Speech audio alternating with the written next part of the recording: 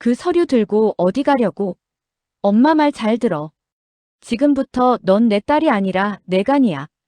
이 한마디가 시작이었어요. 지은호는 숨을 삼키고 손에 쥔 동의서를 내려다봤는데요. 서명 칸이 자꾸 두 개로 갈라져 보였어요. 이름을 쓰면 한우진이 살 수 있을지도 몰랐고, 이름을 쓰면 자신의 삶이 영영 다른 곳으로 젖혀질 것 같았어요. 바로 그 순간 이지혁의 목소리가 복도 끝에서 날아왔어요. 누가 허락했어요? 누가 내 사람 몸에 칼 대래요? 차갑게 잘라 말했지만 손끝은 파르르 떨렸어요. 뒤이어 박성재가 천천히 다가와 의자 등을 세워주며 말했어요. 지은호, 오늘 결정 안 해도 돼. 내 몸이야. 내 인생이고. 고성이는 두 사람을 번갈아 보더니 미소를 싹 지웠어요. 둘 다 비켜. 유라는 내 딸이야. 내 선택이 곧 얘 선택이야. 지은호는 조용히 고개를 들었어요. 이사장님, 전 지은호예요. 저 결정은 제가 해요. 존댓말이었는데 칼날처럼 분명했어요. 그 순간만큼은 고성희의 비웃음도, 성재의 따뜻함도, 지혁의 번개 같은 질투도 다 멀어졌어요. 오직 스스로의 목소리만 또렷했어요. 하지만 밤은 끝나지 않았어요. 병실에 홀로 앉아있던 한우진이 링거 바늘을 뽑고 조용히 일어났거든요. 엄마, 난 안 받아. 누나간 절대. 우진은 간이식을 거부했고 그 직후 병원이 뒤집혔어요. 고성이는 울먹이며 소리쳤어요. 우진아, 넌 내 마지막 카드야. 넌 살아야 해. 그리고 그 자리는 내 거야. 박성재가 먼 거리에서 그 말을 다 들었어요. 표정이 굳었지만 목소리는 담담했어요. 이 말, 녹음 끝났어요. 우진은 성재를 한 번 봤고 아주 잠깐 고개를 끄덕였어요. 둘 사이에 오래된 감정들이 스쳤지만 오늘은 복수도 경쟁도 아니었어요. 그저 한 사람을 살릴 방법을 서로 다른 길로 붙드는 순간이었어요. 다음 날 아침, 박진석이 병원으로 왔어요. 고성애, 더는 숨기지 마. 우진은 내 아들이다. 하지만 아이를 팔아 자리를 사줄 생각은 없어. 고성이는 한숨을 쉬고 눈을 가늘게 떴어요. 그래, 본색 보자 이거지. 그럼 당신도 들어. 유라는 당신 회사에도 필요해. 저의 이름만 바꾸면 브랜드야. 이 말에 지은호의 손이 덜덜 떨렸어요. 지혁이 바로 앞에 섰어요. 브랜드가 아니라 사람이에요. 성재가 한 발 비켜 서며 짧게 덧붙였어요. 그리고 이 결정, 당신이 아니라 당사자가 해요. 여기서 첫 번째 클라이맥스가 터졌어요. 병원 옥상으로 올라간 우진이 난간 앞에 서 있었거든요. 지은호는 뛰어서 그 앞을 막아섰어요. 오빠, 나 무서워요. 근데 오빠 떨어지면 난 평생 못 살아가요. 우진은 창백하게 웃었어요. 나 무섭지. 그래서 이제 엄마한텐 더 이상 못 끌려가. 그때 성재가 숨을 고르며 다가왔어요. 우진, 같이 가자. 내가 숨고 싶으면 내가 숨겨줄게. 내가 살고 싶으면 내가 끝까지 붙잡아줄게. 우진이 조금 울었어요. 사실은 오래전부터 기대고 싶었다는 듯이요. 지혁은 뒤로 물러서며 눈을 감았어요. 내가 늦었구나라는 자책이 한 번 더 올라왔지만 지금은 순서가 아니었어요. 둘째 클라이맥스는 뜻밖의 방향에서 왔어요. 박영라가 고성희의 차를 미행했거든요. 영란은 모르는 척 웃으며 살아왔는데요. 사실 마음 한구석에 검은 덩어리를 키워왔어요. 엄마는 날 진짜로 사랑하나? 그 질문에 답을 얻고 싶어 비밀 추적을 시작했어요. 결국 영란은 박진석 앞에서 터뜨렸어요. 아빠, 우진 오빠 있었어요. 엄마가 숨겼어요. 그리고 지은호 엄마 딸이에요. 정적이 뚝 떨어졌고 박진석의 표정이 서서히 얼어붙었어요. 오늘 오후 회장실로 모두 불러. 목소리는 낮았지만 단단했어요. 그 사이 고성이는 지은호를 별도로 불러냈어요. 말투가 바뀌었어요. 유라, 엄마 말 들어. 내가 서명만 해주면 우진은 산다. 그 다음은 내가 원하는 거 다 해줄게. 집도 사업도 사람도. 지은호는 천천히 고개를 저었어요. 엄마라고 부르라고 강요하지 마세요. 전 이사장님께 아직 엄마라고 못해요. 고성희의 입가가 경직됐어요. 그럼 내가 날 어떻게 부르든 상관없어. 내 말만 들어. 싫어요. 아주 작은 목소리였는데요. 옥상보다 위험한 균열이 이 한 글자에서 열렸어요. 그날 저녁 박진석은 긴 테이블 앞에 모두를 앉혔어요. 이지혁, 지은호, 박성재, 이상철, 김다정, 박영나, 이지환, 그리고 한우진까지 있었어요. 박진석은 서류 한 묶음을 올려놓고 조용히 말했어요. 오늘 이후 숨김은 없어. 그리고 30년 전 기록, 일부 복원된 병원 문진표, 당시 간호사의 진술서, 재단 회계에 수상한 지출 내역을 차례대로 읽어내려갔어요. 고성희의 얼굴이 서서히 굳어졌고요. 영란은 손을 움켜쥐었어요. 지은호는 손바닥에 땀이 흥건했어요. 이상철과 김다정은 서로를 한 번 보더니 눈을 내리깔았어요. 박성재는 숨을 고르며 한 우물만 응시했어요. 이지환은 박영나를 걱정스러운 표정으로 바라봤어요. 고성애, 마지막으로 묻지. 은호에게 간을 요구했던 동기는 우진의 생명 때문이었나? 아니면 자리 때문이었나? 고성희는 눈웃음을 한 번 치더니 단호히 말했어요. 둘 다야. 방 안이 싸늘해졌어요. 그 순간 박영나가 의자를 박차고 일어났어요. 엄마, 그럼 난 뭐였어? 난 언제 사랑받았어? 고성희는 영나를 보지 않았어요. 너는 여전히 내 딸이야. 감정 따위로 무너질 시간 없어.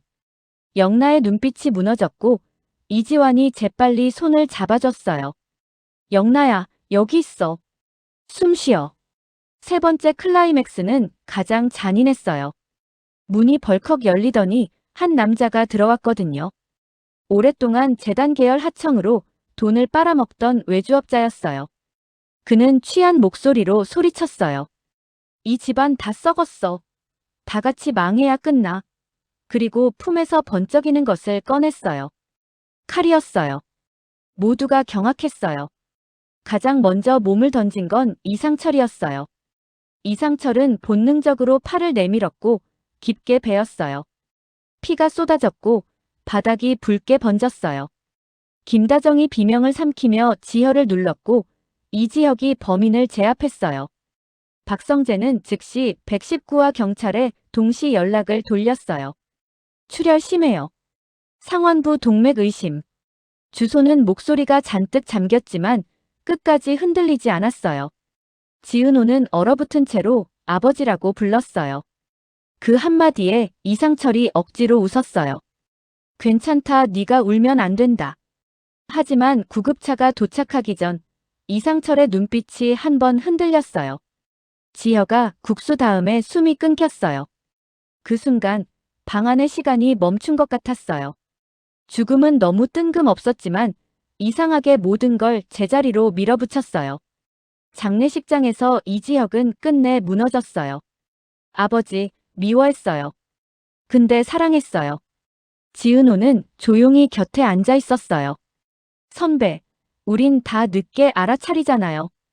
이 말에 이지혁은 고개를 숙였어요.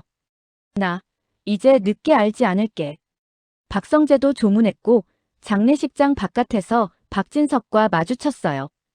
박진석이 낮게 말했어요. 재단 건 내가 정리해. 성재는 짧게 대답했어요.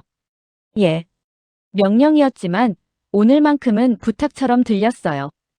이상철의 죽음은 네 번째 클라이맥스를 불러왔어요. 박진석이 즉시 기자들을 불렀거든요. 우리 집안의 잘못과 재단 비리를 조사 요청하겠다. 그리고 마지막으로 선언했어요. 고성희와 이혼한다. 고성희는 빈 장례식장 한 모퉁이에서 이 말을 들었고 처음으로 다리가 풀렸어요.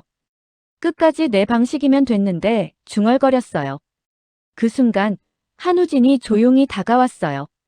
엄마, 사랑하고 싶었으면 사람부터 살렸어야 했어. 우진의 말투는 평온했지만 단단했어요. 고성희는 우진을 붙잡지 못했어요. 손끝이 허공에서 허우적거렸고 아무것도 잡히지 않았어요. 며칠 뒤 마지막 클라이맥스가 터졌어요.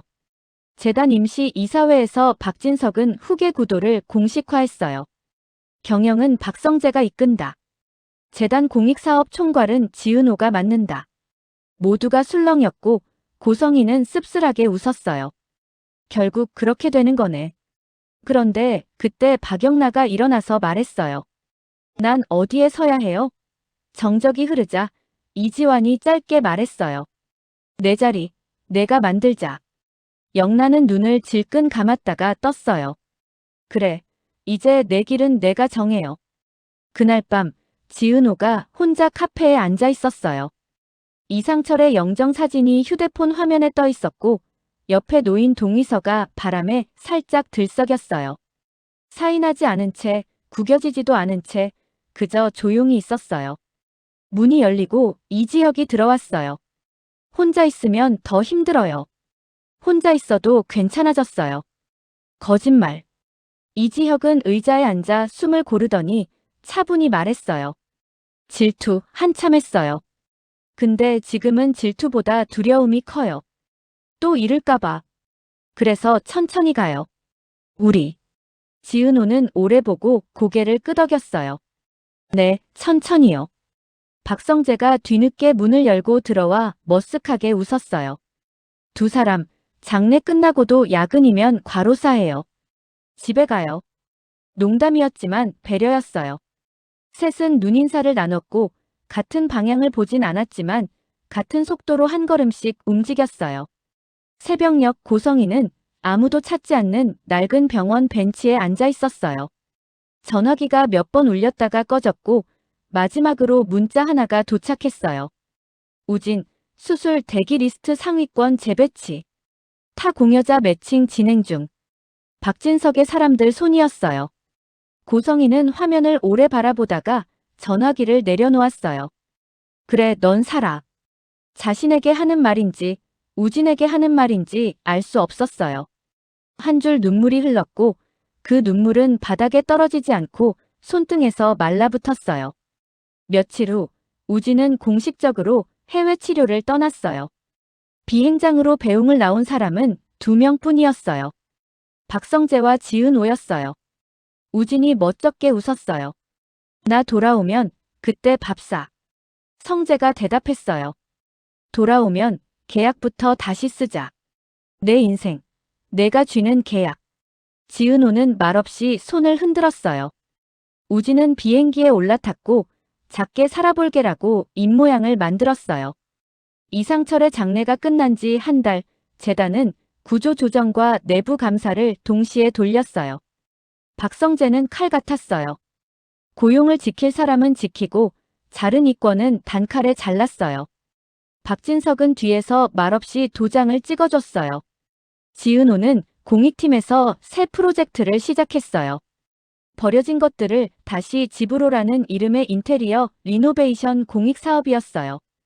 오래된 시설과 낡은 집들을 사람의 살냄새가 나는 공간으로 바꾸는 일이었어요. 기자가 물었어요. 왜 이 사업을 고르셨어요? 지은호는 대답했어요. 돌아올 곳이 있어야 다시 시작하거든요. 그 말은 스스로에게도 모두에게도 향해 있었어요. 밤이 깊자 카페 셔터가 반쯤 내려갔어요. 이지혁이 컵 2개를 내려놓고 말했어요. 국수, 나중 말고 지금 먹으러 갈래요? 지은호는 웃었어요. 네. 지금이 좋아요.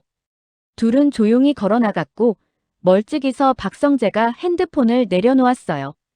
전화 화면에는 박진석의 메시지가 떠 있었어요. 잘한다. 너무 서두르지 마라. 성재는 짧게 답장을 보냈어요. 예. 천천히, 끝까지 하겠습니다. 그리고 마지막 장면처럼 지나간 한 통의 뉴스 알림이 밤 공기를 헤집었어요. 재단 비리 수사 착수, 핵심 관계자 3명 구속영장 이름 목록에 고성이가 있었어요. 그녀의 밤은 길어질 거예요. 하지만 우진의 낮은 조금씩 길어질 거고요. 이상철의 빈자리는 결코 채워지지 않겠지만 그 자리가 남긴 문장 하나는 오래 남았어요. 겁나는 건 살아있다는 증거다. 살아있는 사람들은 겁을 안고도 걸어가요. 그래서 지은호도 이지혁도, 박성재도 오늘은 같은 속도로 걸었어요.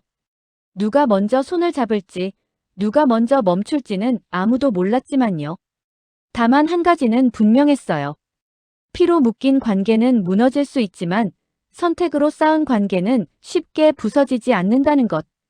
오늘을 건너면 내일이 있고 내일을 견디면 그 다음 장이 열려요.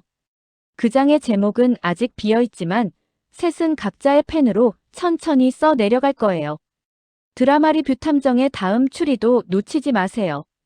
더 흥미진진한 리뷰를 위해 구독, 좋아요 부탁드려요. 감사합니다.